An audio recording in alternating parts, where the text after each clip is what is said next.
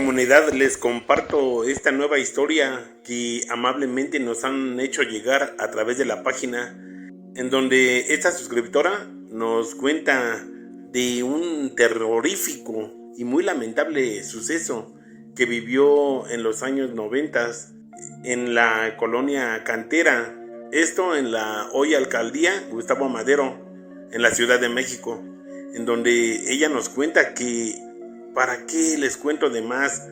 Mejor vamos a darle lectura a esta historia, no sin antes recordarles que si aún no se han suscrito a este canal, ahora es el momento para que lo hagan. Suscríbanse, compartan, activen las notificaciones, comenten con todo respeto y si les gusta el contenido, de favor regálenme un like. Recuerden que todo eso nos ayuda para que este canal pueda seguir creciendo y podamos seguir trayendo esas terroríficas historias de experiencias paranormales que ustedes nos hacen llegar. Y sin más preámbulo, vamos a darle lectura a la historia del día de hoy. Y recuerden que esto es Warzot Paranormal. Y esta es la historia. En ocasiones, para una adolescente de 16 años, dentro de la comunidad de donde yo soy originaria, en la sierra de Oaxaca, el que llegue una mujer desconocida, elegante, bien vestida, con clase, y nos ofrezca seguridad, nos ofrezca un buen trabajo y el poder salir adelante en la vida con una forma distinta y muy digna de sobrevivir, para nosotras es una bendición. Soy Citlali y esta es mi historia. Todo ocurrió en el año de 1990. Yo tenía apenas escasos 16 años de edad. Siempre me gustaba juntarme con mis amigas en el centro del pueblo, de la comunidad de donde yo soy originaria, en la sierra de Oaxaca. Un día recuerdo que estando platicando con mis amigas, que por cierto éramos un grupo de 6 amigas, las cuales sus nombres, datos y algunas señas correctas las voy a omitir por cuestiones de respeto, tanto a sus familias como a la mía, como a los demás. Ese día recuerdo que nos encontrábamos en el pueblo en la noche, ya que había sido fiesta patronal. Nos encontrábamos platicando. Yo tenía 16 años en ese entonces. Había otras amigas que tenían entre 14, 15, 17 a lo mucho, la mayor. Ese día estábamos platicando y de repente, antes de que quemaran los juegos pirotécnicos de la fiesta patronal en la feria, se nos acercó una mujer elegante, bien vestida. Hasta se podría decir que tenía clase. Esta señora nos invitó a antojitos mexicanos, elotes, esquites, palomitas, quesadillas, pambazos, qué sé yo. Y ella nos ofreció una mejor vida, que ella nos aseguraba que si nos íbamos con ella, nuestra vida cambiaría, ya que encontraríamos un buen trabajo y que nuestra vida iba a cambiar y que con ese dinero que nosotros ganáramos podríamos ayudar a nuestras familias que se quedaran en la comunidad. Nosotras, sin pensarlo, lo platicamos con nuestras familias, que con trabajo si hablaban español, todas hablábamos dialecto.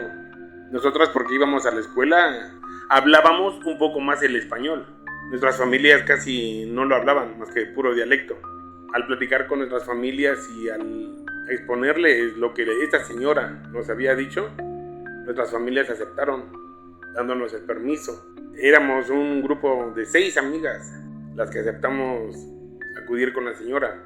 Al día siguiente nos quedamos de ver con esa señora y ella nos dijo que no podía viajar con nosotros, pero que ella nos dejaría dinero para que nosotras compráramos nuestro boleto de autobús, y nos dio dato y seña de qué era lo que teníamos que hacer. Nosotras, gustosas y muy ilusionadas, aceptamos, y esa señora, recuerdo que ciertamente sí, nos dejó dinero y con eso compramos los boletos de autobús y hasta para el taxi nos alcanzó. Es más, con lo que esa señora nos dio de dinero, nos alcanzó hasta para comer algo en el camino. Recuerdo que un día nos despedimos de nuestras familias y emprendimos el camino.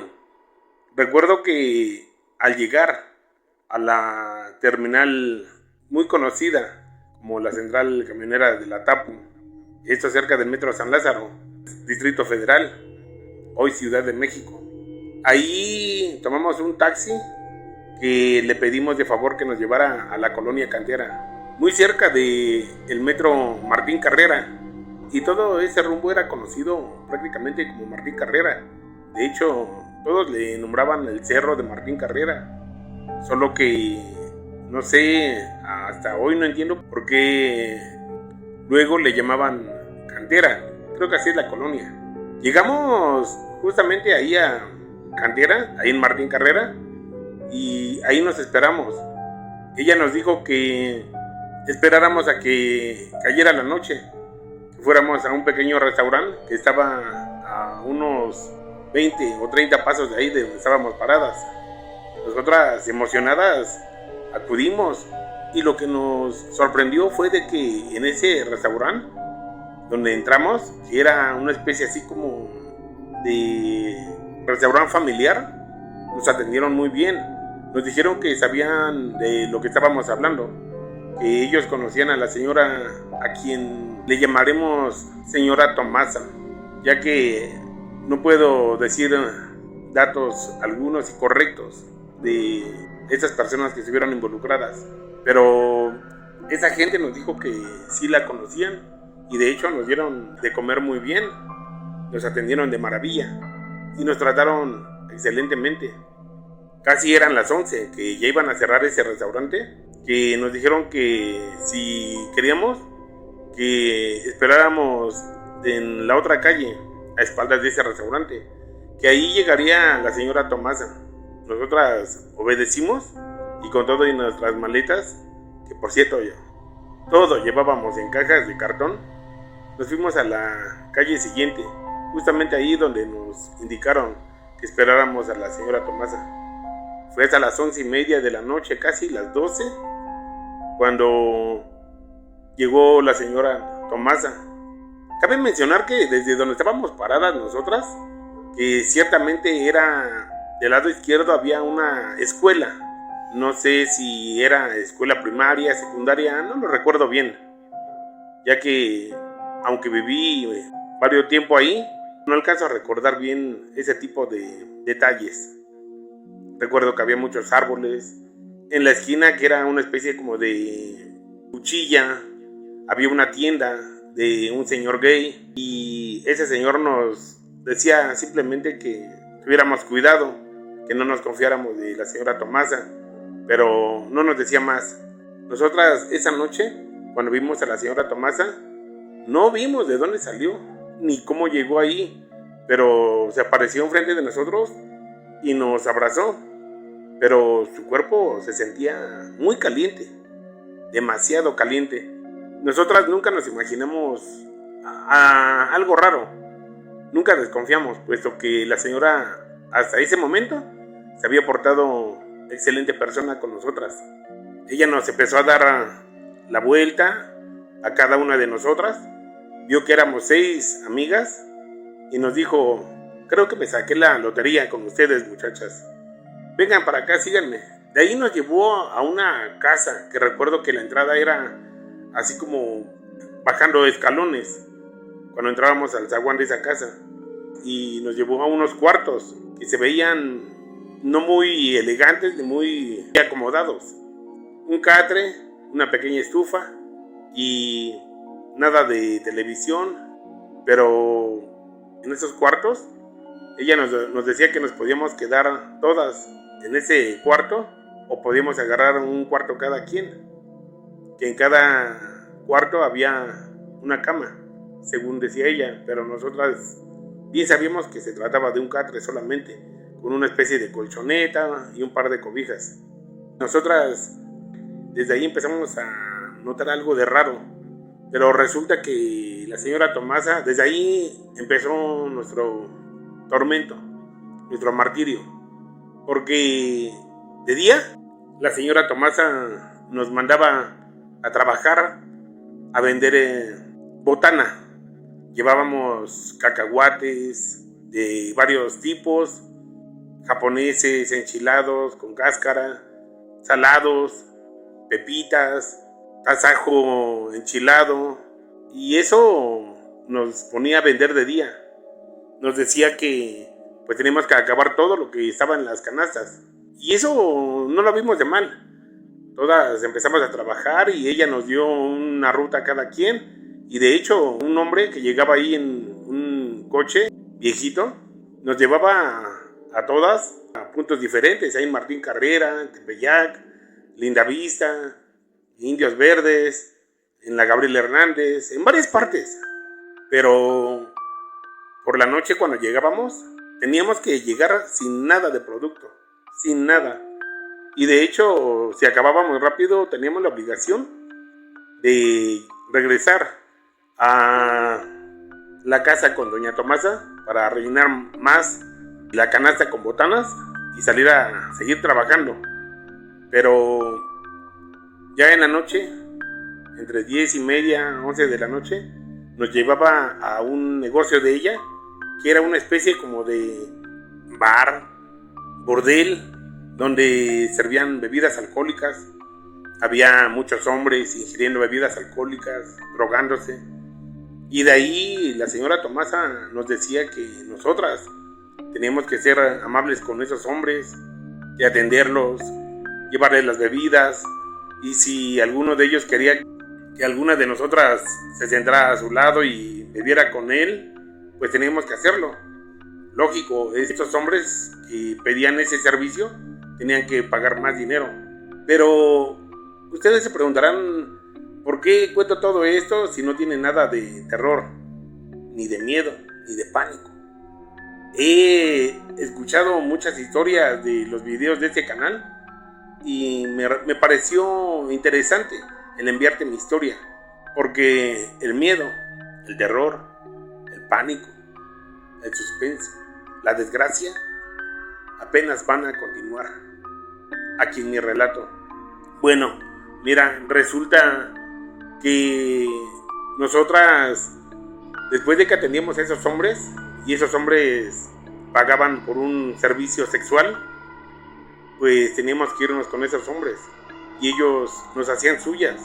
Nosotras siempre con miedo, porque honestamente doña Tomasa nunca nos dio anticonceptivos, o nunca nos hizo algo para protegernos de que no nos fuéramos a embarazar. Y te voy a contar que varias de nosotras salimos embarazadas.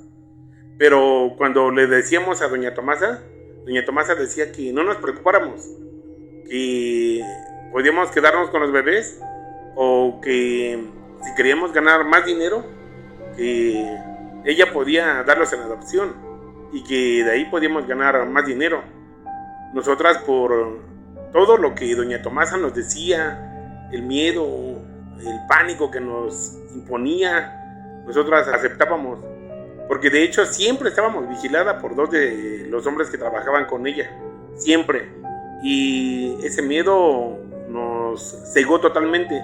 Nosotras vivimos casi como se podría decir en cautiverio con doña Tomasa y los hombres que la cuidaban. Varias de nosotras, cuando nos aliviábamos y teníamos a nuestros bebés, enseguida, a los 2-3 días, doña Tomasa nos los quitaba y jamás los volvíamos a ver. Fue hasta un día festivo aquí en México, que se celebra el Día de Muertos, día 1 o 2 de noviembre. Recuerdo que en esas fechas 4 de nosotras habíamos tenido bebés y doña Tomasa nos los quitó. Nosotras pensábamos que sí los daba en adopción, o que sí los llevaba a una casa hogar, o no sé, para una mejor vida para los bebés. Pero no, fue hasta esas fechas en que mis amigas y yo nos pusimos a observar.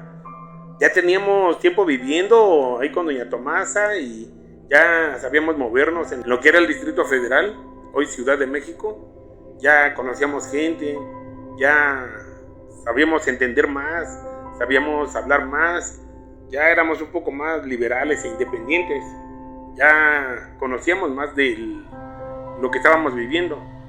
Ese día recuerdo que nos pusimos a observar de dónde llegaba doña Tomasa, y nuestra sorpresa más grande del mundo fue de que ese día nos escondimos en un lugar cerca de la casa y no podíamos creer lo que vimos, porque esto lo vimos las 6 amigas, y esto nadie nos va a dejar mentir, porque aunque 2 de mis amigas ya no están en vida, las 4 que quedamos somos fieles testigos de eso que vivimos, de eso que presenciamos, que fue horrible, que fue terrorífico. Porque doña Tomasa, cabe mencionar que tenía una hermana, que luego también la veíamos. Esa hermana era muy seria, muy enojona, muy horrible como persona. Y ese día que estábamos vigilando para ver de dónde llegaba doña Tomasa, nos dimos cuenta que en lo alto del cerro llegaron 2 bolas de fuego. Sí, 2 bolas de fuego llegaron. Y nosotras ya conocíamos de eso, porque de la comunidad de donde proveníamos nosotras, en la sierra de Oaxaca, a ese fenómeno lo conocemos como brujas convertidas en bolas de fuego. Entonces no podíamos creer que eso lo estuviéramos viendo en la capital. Entonces vimos que llegaron esas 2 bolas de fuego a lo alto del cerro de Martín Carrera. Y ya cuando nos dimos cuenta, poco después, no pasó mucho tiempo, escasos 5 minutos o segundos, no sé, fue cuando nos dio miedo y caminamos rumbo hacia la casa.